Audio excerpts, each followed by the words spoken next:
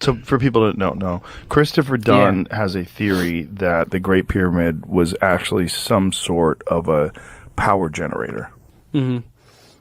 That it produced hydrogen gas. I don't know. I mean, I know that the Egyptians, it's obvious that they have technology that is lost to us today. The drill holes. And yeah. The way they cut the concrete, or the granite. Yeah.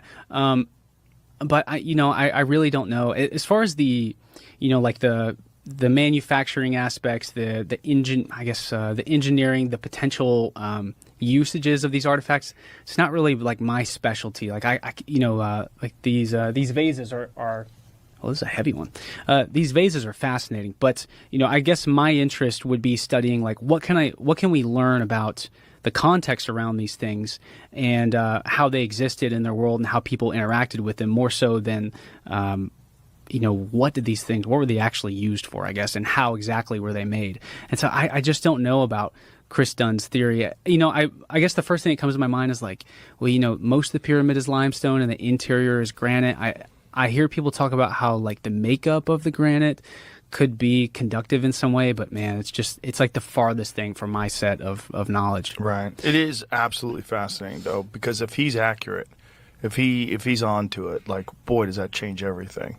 Mm-hmm. And if those Italian scientists that believe that there's literally a 2-kilometer deep structure underneath the pyramid, if they're correct, like, boy, yeah, the whole thing is like, what are we even talking about now? Yeah, I find that fascinating.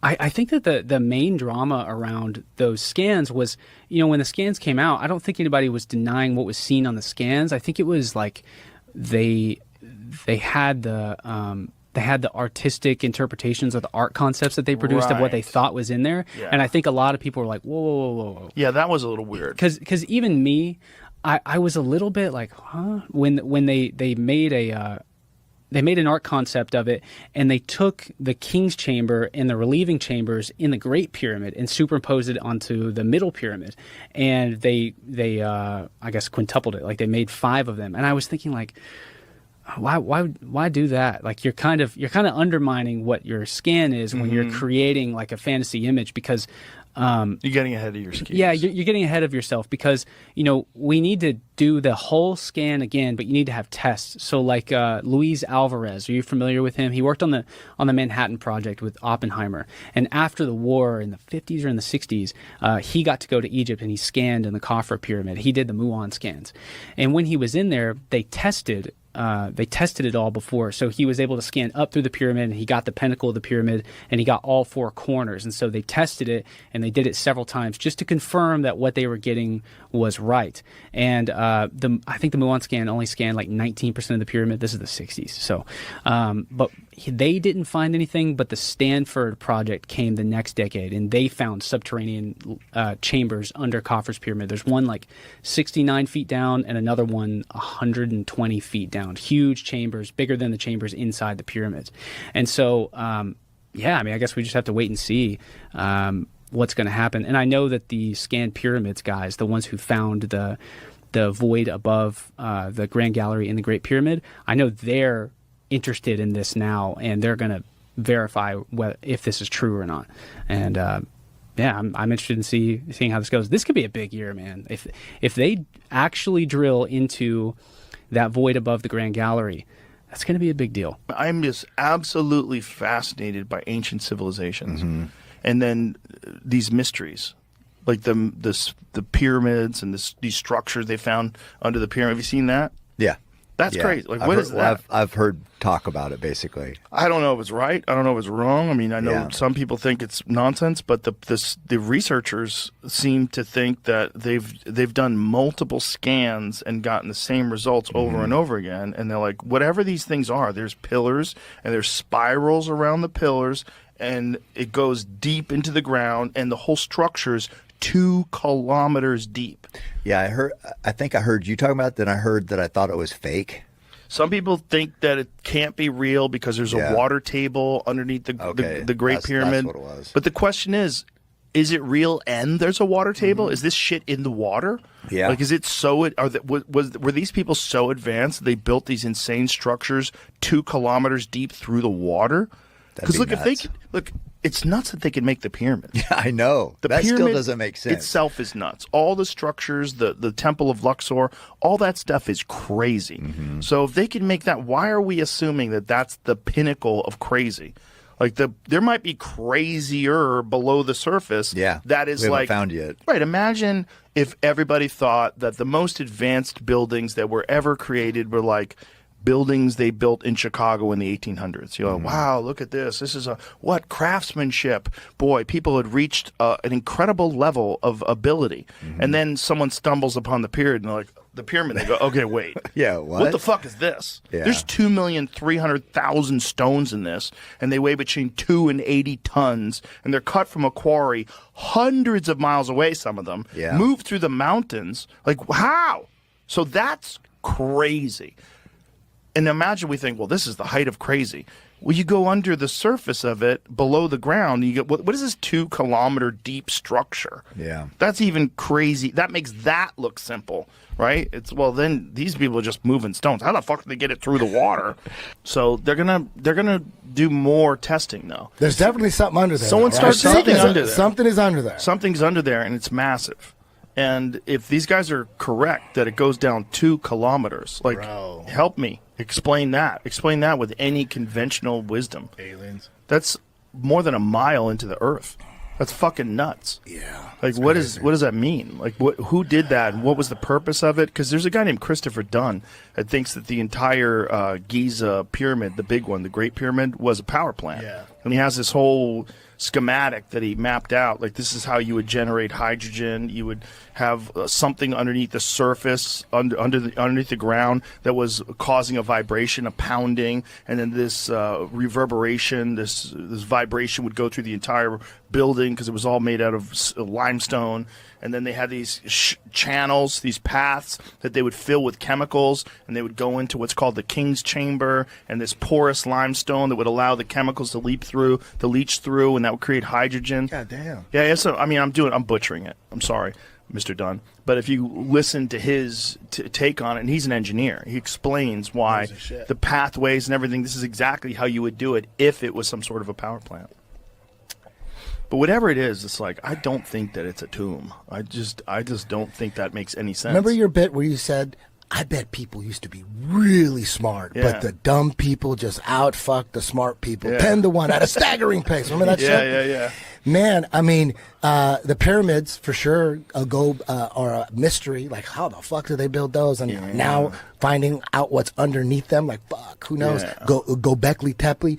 There's all these mysterious architecture everywhere. Yeah. Dude, but it's everywhere. Everywhere. Everywhere. Every city.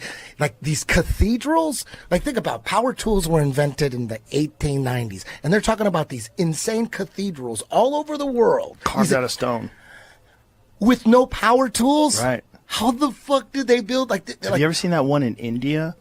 There's a few of them in India, but there's one that's all carved out of stone. They didn't bring any rocks there. They don't know where the stone went. Yeah. It's all insanely intricate and carved out of stone and fucking massive. And they're everywhere, dude. They're There's no way everywhere. to South explain it. America, Asia, China. Yeah, look at that. Look at that. Bro, they carved that out of solid stone. They might have just been bored as fuck. Look how though, tiny the people are right? down there. There's not shit Bro, to do do you know how back then. long that would take? Yeah. Hundreds of years, they don't have shit to do. Look how spectacular the craftsmanship is. Spectacular. And no one knows how old that is. It's like, take a guess. So God, you're back to your bit. People used, dude. Might get offended. Yeah, it's probably accurate. Dude. Oh, Molly McCann's getting choked. Shit. she needs to win bad. Dude, have you heard? Have you heard? She's getting choked. Yeah, she's getting choked. Well, the hands aren't locked yet. She has No. a 2-on-1 on the support. Right. arm. She keeps turning. She's got a good grip on that shoulder cap, though. Yeah. Oh, now she's fucked. Now She she's looks fucked. fucked. Now she's fucked. Nope, she's she gonna let get go out of of that it. arm. She's out of it. She's out of it. Oh. But it wasn't good that she had her hand underneath the jaw that Yeah. easily. But feel she's, like only whenever got, she's only got 40 seconds. Whenever she fights, the crowd's just cheering and she's getting beat up. Well, she's so tough. She's so tough, and she's such a gamer. It's just not enough in the Oh, UFC. Oh, that's deep. Oh, that's deep. That's a Oh, wrap. that's it. That's it. Yeah. That's it. That's over. That's it. She's lost, what, 4 out of 5 now? Yeah, if that proves to be true, and there really are these massive structures underneath the pyramid, they got to change everything. There's past civilizations that were super highly advanced. There's got to be. I mean, you know what I have a hard time getting into, but I every now and then I'll dive into it. Giants. Giants too, Giants. dude. Giants. That's another There's one. a lot of for this moving AI all that shit. Well, I don't know about that because I think you need a lot more than giants to move those fucking stones. You need some kind of crazy technology because giants don't explain the engineering. It doesn't explain the precision that was involved. Like whatever they did, they were moving 80-ton stones from 500 miles away and through the mountains, and there's no roads, and no one knows how they did it. So apparently, through the use of LiDAR, they have discovered that there are enormous structures underneath the Great Pyramid that go kilometers deep into the earth with coils. So enormous pillars, and then these coils. They don't understand what it is because they're just looking at LiDAR images. But whatever this is a uniform structure. There's several pillars. And all of this is like very, very, very weird. Yeah, it's 600 meters descending down those cylinders, and then there's more stuff below it, and then there's additional structures inside of it. Yeah, that was crazy. It's really crazy. There's a guy, Jay Anderson, and he did a breakdown of it. Maybe this would be good. We could play this. It makes a little more sense when someone's explaining it to you. Oh, yeah, I mean, we need somebody that's an expert here, not me and you. Zawi Hawass, by the way, has said it's nonsense. So I don't know. Already? Yes. According to Graham Hancock. This is the wonderful thing about having Graham Hancock. I texted Graham yesterday. I was like, yeah, what's going on with this? Yeah, so click on that and go full screen, please. How significant of a discovery this is. Dun, dun, dun. I love the music. And geometry, so you know it's real. You got to appreciate the dramatic intro. Project Unity. What has just been announced in relation to the pyramids at the Giza Plateau and the plateau itself is so incredible, so awe-inspiring and narrative-shattering that I have been sitting here for the last hour trying to wrap my head around the implications of what we were just told. So this is pretty much breaking news because the new findings were announced on the 16th of March at a press conference held by the team who were studying the Great Pyramid of Giza with a non-invasive technology that was first developed by Filippo Bionde and Corrado Malanga called synthetic aperture radar Doppler tomography. Fuck, that's a this mouthful. was used to explore the internal Chiropractor structure talk. of the Great Pyramid of Giza. And this method leverages the analysis of micro movements typically generated by background seismic activity to achieve a high resolution full 3D tomographic imagery of the pyramid's interior and subsurface components. The recent findings from deploying this technology are nothing short of mind-blowing, because what's been discovered is that there are huge structures coming down from the base of the pyramid deep into the bedrock, in fact over 600 meters deep, which then connects to structures that extend up to 2 kilometers below the surface of the ground. 2 kilometers. Massive internal structures connected to the base of the pyramid and extending deep, deep down. This is what we know so far. What does your friend think about it? Which friend? The one that you said it's bullshit. Oh, that's not my friend. That's Zawi Hawass. Okay. Zawi Hawass is the head of antiquities in Egypt. He's like the head guy that talks to the archaeologists and gives the official narrative. In the past, he's been extremely hostile to Graham Hancock, but Graham Hancock and him have now become friends. Oh, yes. I do know this guy. Coordinating. Graham is a lovely guy. People that like are enemies with him just need to get to know him and hang out with him. He's a genuine, real human being who's trying to find the truth. He doesn't have fake narratives, and he's so sensitive too. Like, he's so upset. Like when people smeared him, like the Atlantis thing, they were trying to say it's a white supremacist idea to look for Atlantis. It's like, what are you talking about? Mm-hmm. Like, what are you talking about? Like, we had this guy Flint Dibble on, who in an article, and he was talking about Graham, and he's connecting Graham to white supremacy and all this crazy shit because of the Atlantis theory. It's the way they dismiss Atlantis. It pedestalizes white heritage? Because some people in the past who have theorized about Atlantis had white supremacist ideas. But also, most people didn't. Like, Plato didn't. Like, the people that talked about this place, it's in sub-Saharan Africa. I mean, it's like the least white supremacist discovery of all time, as are the pyramids. This is Africa. It's the least white supremacist notion of all time that this incredibly advanced ancient civilization had reached some sort of proficiency that's above and beyond what we attribute to them. I think Graham is right. And I think there's a lot of other people that are right, too, that are chasing this down. And Christopher Dunn had long ago theorized and wrote a book that he believes that the Great Pyramid of Giza is a gigantic power plant.